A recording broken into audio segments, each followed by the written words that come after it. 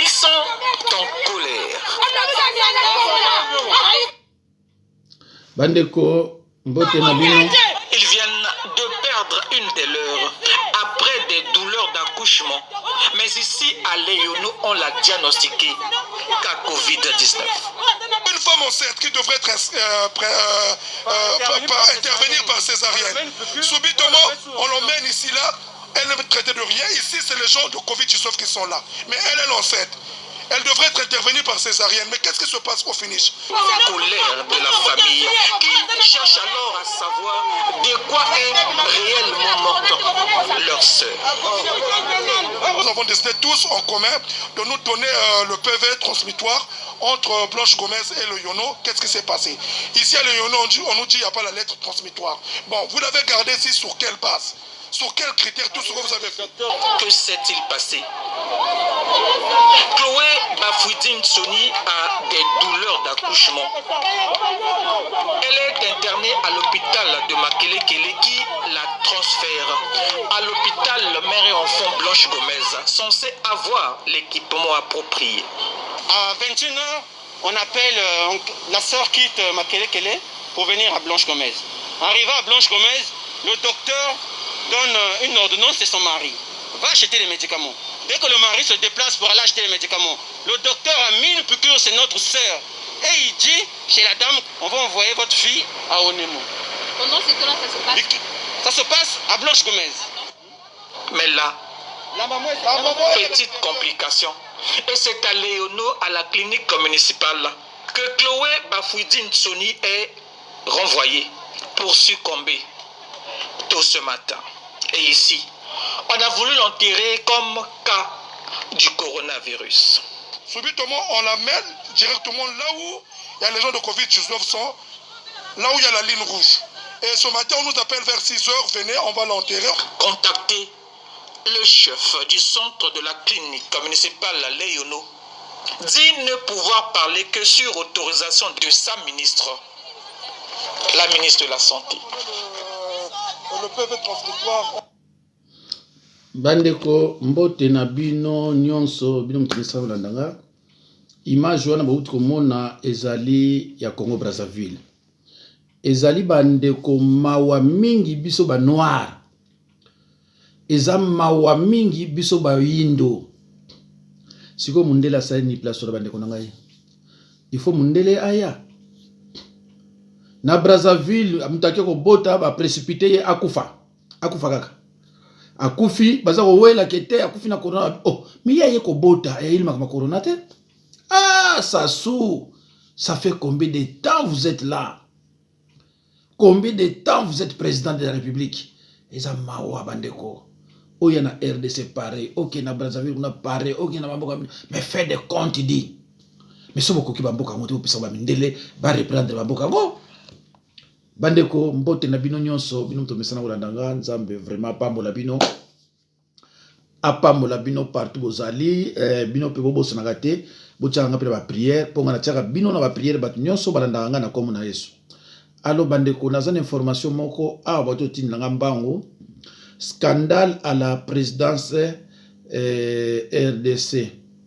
Monsieur Kalongele et Barande, Direkaba de Fachi, aurait détourné 180 millions d'euros d'un marché passé de gré à gré avec la société DCHTECC pour les travaux de construction et réhabilitation de bâtiments abritant les bureaux du chef de l'État et ceux de ses collaborateurs au Palais de la Nation à Gombe.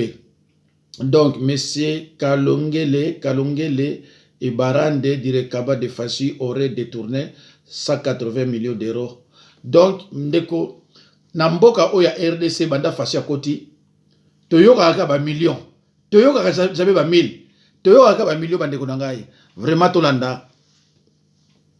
C'est d'un ton plus que sincère, presque les larmes dans la voix, lors du grand meeting de l'opposition à Kinshasa, que Félix Tshisekedi se tient devant la population pour affirmer que lui, comme les autres leaders, était résolument engagé à la fois au changement mais aussi à la désignation d'un candidat commun de l'opposition, qu'il devrait être. Ici, en Lingala, il met d'avance en garde quiconque s'opposerait à ce choix-là.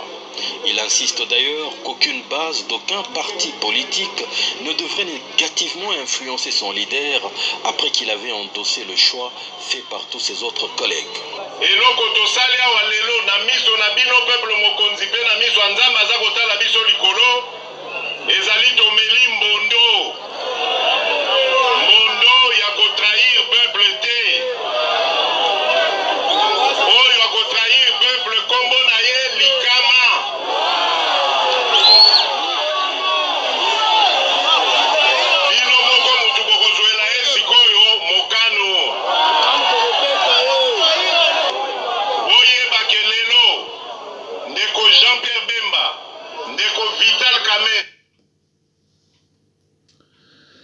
Ah là là.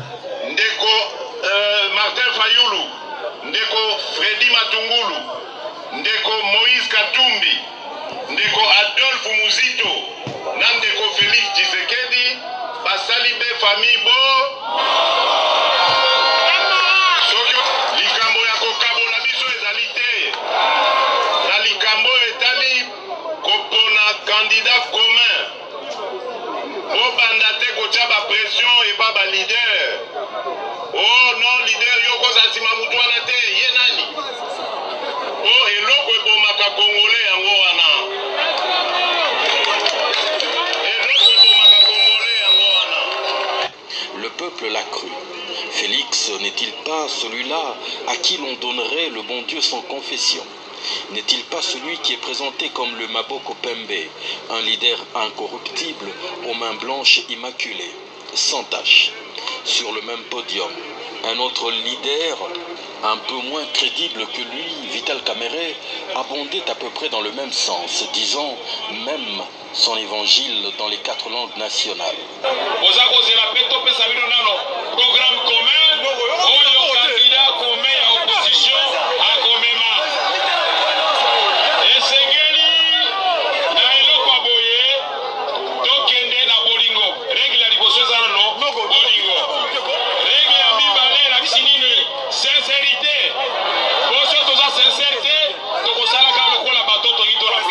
Le peuple ne devrait pourtant pas attendre. Merci. Bandeko, Barchi Velobaga, Barchi Vezoloba. Alors, Bandeko, sujet nae nango awa yango yo, Martin Fayulu et Chilombo. Une maison construite sur les sables tombera et sera emportée par le courant d'eau. Là, je vous propose une histoire de 2 maisons. L'une est bâtie sur les rocs, reposant sur une base solide. Ne subira, n'est-ce pas, aucun dommage, quelles que soient les tempêtes. Mais une autre maison construite sur les sables, c'est la débandade.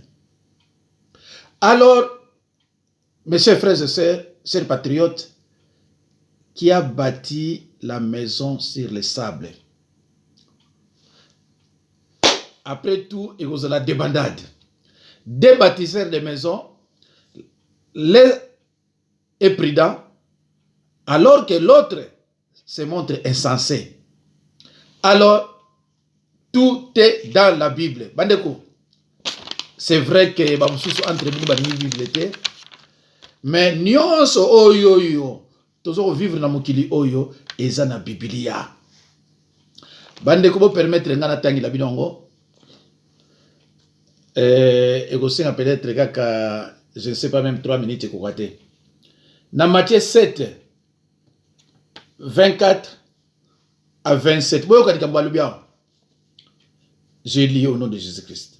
C'est pourquoi quiconque attend ces paroles que je dis et les met en pratique sera semblable à un homme prudent qui a bâti sa maison sur les rocs. La pluie est tombée, les torrents sont venus, les vents ont soufflé et se sont jetés contre cette maison. Elle n'est point tombée parce qu'elle était fondée sur les rocs. Donc la maison a résisté, quelles que soient les tempêtes. 26. Mais quiconque attend ces paroles que je dis et ne les met pas en pratique sera semblable à un homme insensé qui a bâti sa maison sur le sable. La pluie est tombée, les torrents sont venus, les vents ont soufflé et ont bâti cette maison. Elle est tombée et sa ruine a été grande. Amen. Alors, entre les deux, entre Fayoulou et Chilombo, qui a bâti sa maison sur le sable et qui est insensé. Bible lo bien insensé bo chango lingala. So bimina mnoko ngamba la mobolo afingi. Mais bino batu botanga ko lekangai insensé na lingala elinyolo banini. Peut-être mutu amato imangongi. Peut-être zoba, peut-être fou. Na lobi peut-être, mais bino boluka insensé azanani. Bandeko. Debadad ezana na présidence de la République. Ba conseiller mususu, ba kimi. Balingi suste bakabe ya banani bakimi balingi su osalate. Oh. Kokende mbangu ezama be tambula malembe mokili ya bato. Ndeko mokili ya bato tambula malembe. Vadio mambenga azalaka ne Congo. Abia bafoma koloyo. Abi tambula malembe mokili ya bato. Tenga teli makolo abia oiza bafoma kolo. Mais alubita bamususu bazana makolo. Alubit tambula malembe mais mokili ya bato. Po soki olingo landa na mbangu tangu mbangu kolanda yo banoko bakoy bandoki batataliki bakoy bandoki. Ndeko entre bino na yako lobelo omoko bandeko nangai. Chaque être humain a une maison, une vie à bâtir.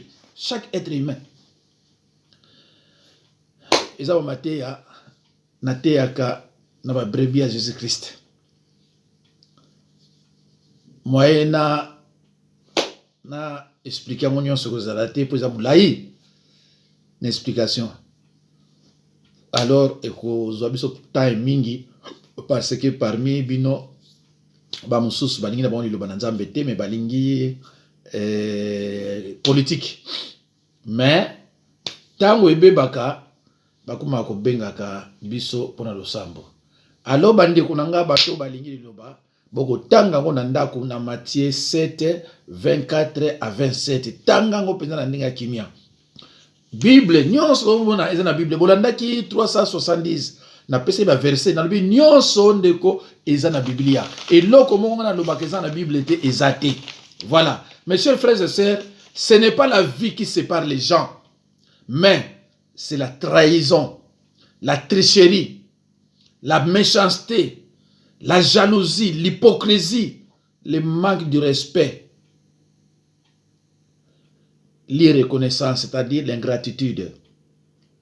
Mes chers frères et sœurs dans le Seigneur, chers patriotes, ce n'est pas la vie qui divise les gens, mais c'est la trahison, la méchanceté, la jalousie, l'ingratitude.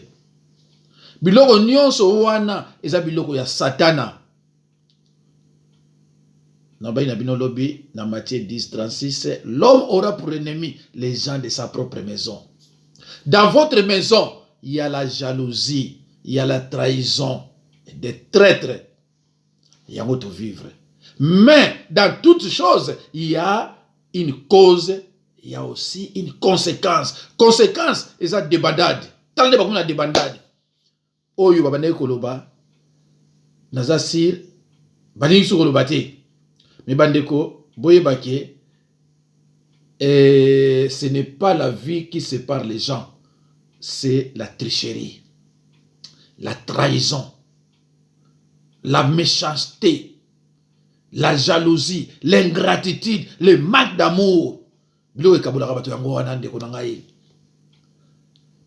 Boyoki nani Kamere alobi d'abord l'amour bolingo. Est-ce que a pratiqué un faux chrétien au bazo monde sabiso wa pasteur passi. Boyoki langage ya Chilombo. Ndeko na na bino boko luka video nyonso ngana salaka. Boko zo video moko te kana zo finga baluba. Te boko zo ngote. À moins que vous ayez français, vous pouvez y lingala te. Beaucoup de gens ont été. Son nom est traître. Et mais ça va n'être. Son nom ce sont des mendiants. Basu pouvoir nani. Na mendicité. Et ça vous finga te. Balobi no nengo zali.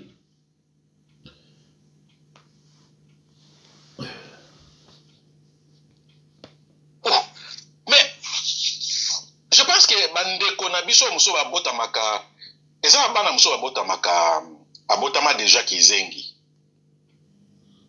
Et morphologie na bango e monanaka bien bien. Bolimbisa ngai. Soki botali mingi, excusez-moi, ezali ko finga ndeko wana te. Ndeko na pena ninga lo baza kizengi te. Soki botali bien elongi ya comédien sai. Oh. Juste bizengi mingi babota makana forme wana bilongi ya ndeko wana. Mpangi. Elongi ya Félix. Mpangi ya mono. Juste ba bizengi Bubu yai. naturel. Bubu yai. Babota makana forme wana.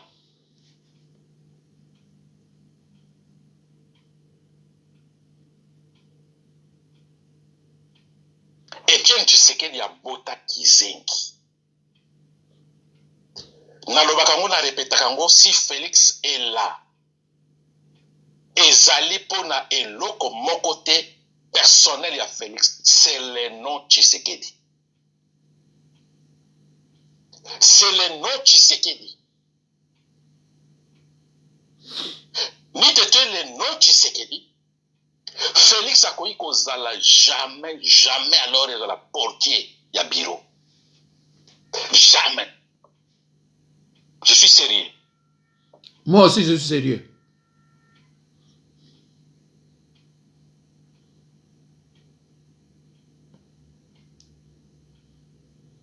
Nani aya kontredire nga? Bapanzi avion na yo. Bandeko na yo bazokufa. Tata Leki, tata Mwasi, ba cousin, ba conseiller. Chaque jour, moko ou bien mibale bazokufa. Yo vandi calme. Na kombo ya alliance bosala. Oyo ezali kizengi te. Nani atombola musapi? Que ye soki azalaka Félix alinga garder silence. Nani atombola musapi?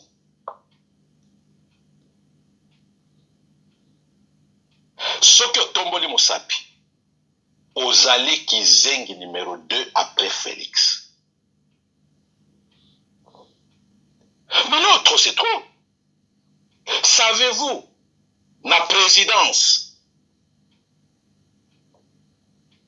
eza na ntsele na ndako ya Félix, compagnie oyo ekendaki kotia couleur na ndako ya Félix na présidence ezali compagnie ya Ruberwa. Hey. Oyo ezali koloka te. Oyo ezali koloka te. Bagarde corps ya Félix moko awuti okufa. Azwi présidence bagarde corps ya Kabila. Hey. Oyo ezali kizengi te. Lobano nani? Ndaku na yo okolala na mwasi na yo na bana na yo. Remodeling. Changer couleur ya ndako. Kotia peinture na ndako. Ko installer bambetu, ko installer ba kiti, ba armoire, ba garde-robe, ba ampoule.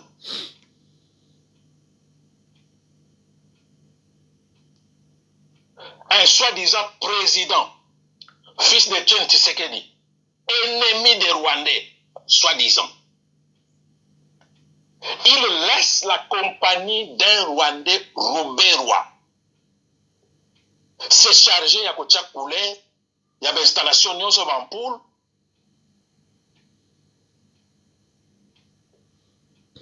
Oh, ya zaki. Mais non, on ne vient pas pour plaire galerie. Ah, mais ça c'est vrai. Kizengi mutakotika. Un Rwandais. Ça c'est vrai. Roubaix-Roi. Compagnie na ye ba ya kotia peinture. Ba installer biloko na kati ndako na yo, na ba bureau na yo.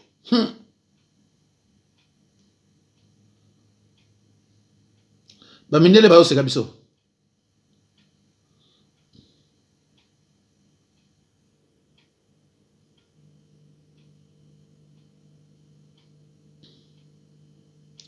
Et c'est dit, hein?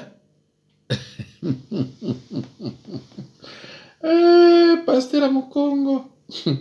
Bon, le bon gars, il me trouve sur le bangana, le bin été. Mais biso peta, on te zo kola. Bah, il s'est non, il s'est so, que so moni mutu. Tant to zo kola ko, tant to zo kola na bakin. So moni mutu, azama tama, bah, on a le bas, na ba mikolo, azazoba zoba. So moni mutu azaboya. On a expliqué, na fini te, mais na expliqué des biso qu'on a bakin. Peut-être que nous avons na mboka. Bazo expliquer biso, parce que génération na biso on a zo ba bien. So moni mutu azaboye. Donc aza zoba zoba.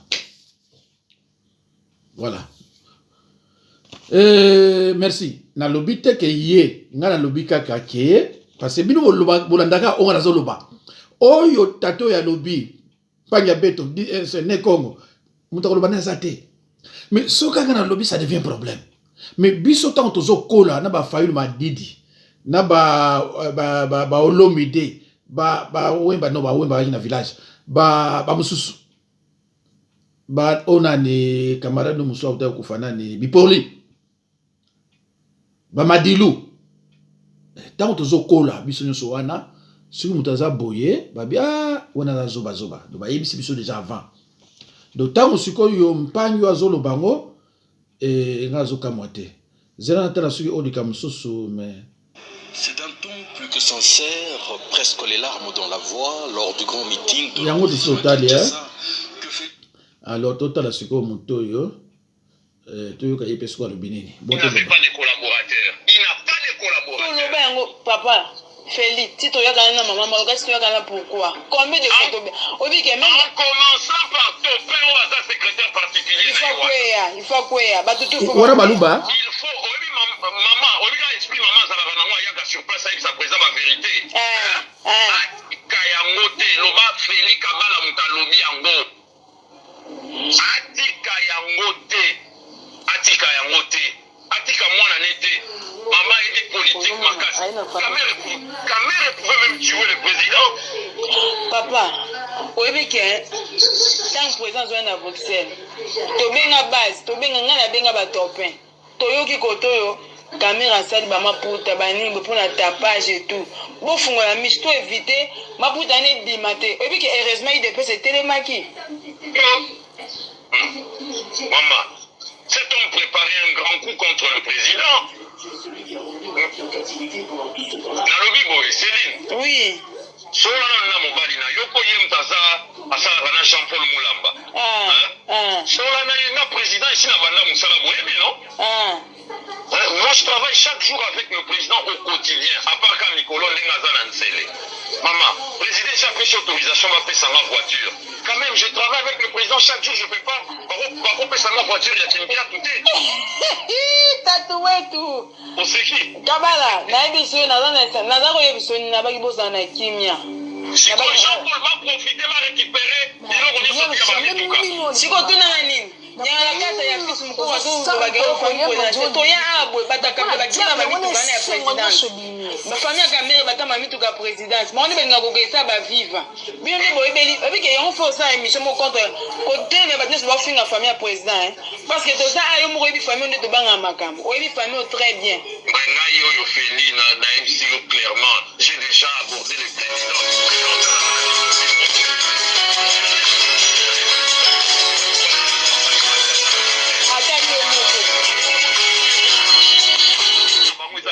affaire. Président Bisinga, non, Feli, natikali jamais ko boya famille na ngesa la ba affaire na bité yebi. Na bisie, le yebi sanga na yo kamona matoi na yo sikoyo président. Na yo kamona matoi na yo sikoyo. Yala longola kayo. Oyebi mukoto yo kayi ke okomoto ko. Mutebi seso de dagi mobile na tabi non Félix ba koma okende ko. Et puis c'est très bien. Mona ndeko komeko ke kotangele ba journaux wana. Exemple ça pe kabuya ndo ça pa ya papa. Et puis moni ke président akomi ko comprendre makambo. Et puis faut ko lukela radio. Aya ndaka top Congo ndenge ba chaîne news même ba RFI na papa Félix papier azalaki soki asisi ko yamba ba seso à côté azali sieste. Ba 17h30 abimi pour ko ba info ba 18h. Tant aussi ça wana yoki ba info na ibwe ayo koti na ndako ba 20h30 pour na kolia. Wana akoyambaka su mutu te.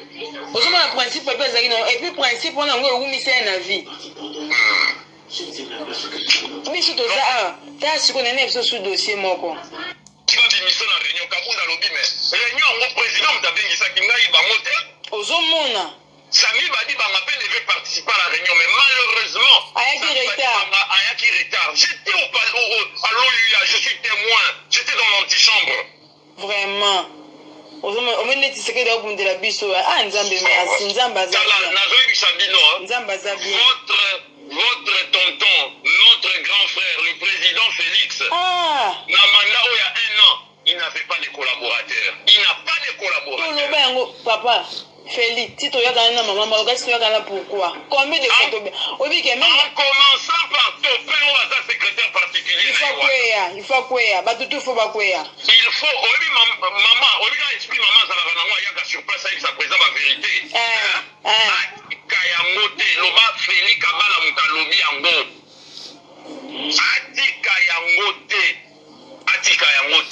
Atika mwana nete. Maman était politique, ma casse. Kamere pouvait même tuer le président. Papa, oui, tant que président soit à Bruxelles, tu benga base, tu benga ngana benga ba topin.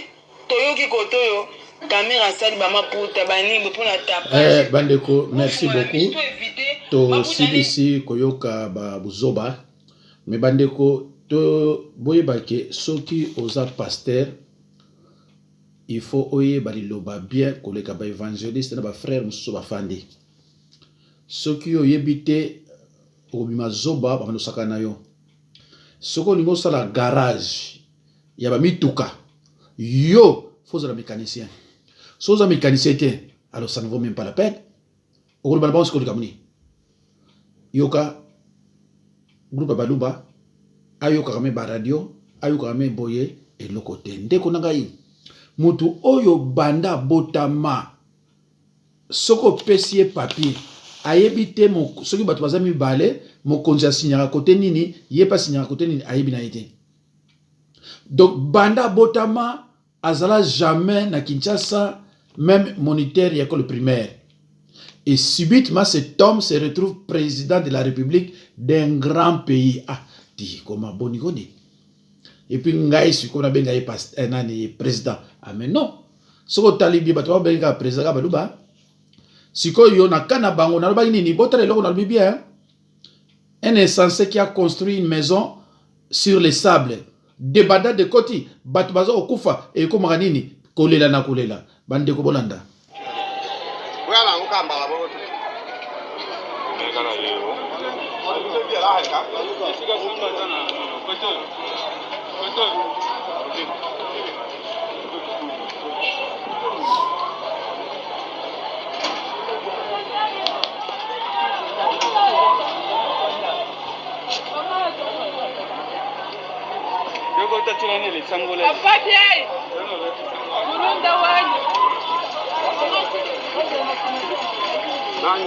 Kinde signale Corbiara.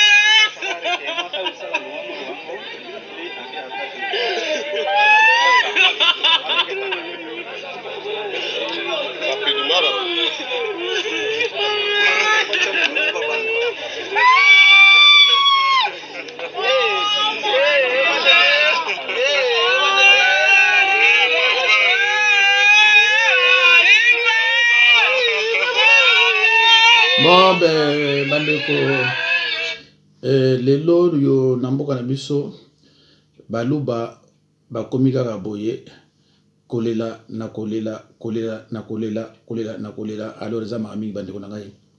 Ça fait mal, mais bandeko boye bagi ke eza ndengwana. Donc, bon bandeko, tokomi na 31, et voilà. Chichi wani wakule choku jibantu moni. Tutito enda machunda mwa Afrique du Sida. Tutito enda machunda mwa Afrique du Sida. Bana babaluka beto abwe. Beto. Université toi. Enda machunda. Nyanya chwa kwako. Ba intellectuel nu baluba. Ba intellectuel ba université nu baluba. Baluba baboka ba fala bimpa. Baluba benda kana benda machunda. Muntu kena mwa kumana tukitezwa.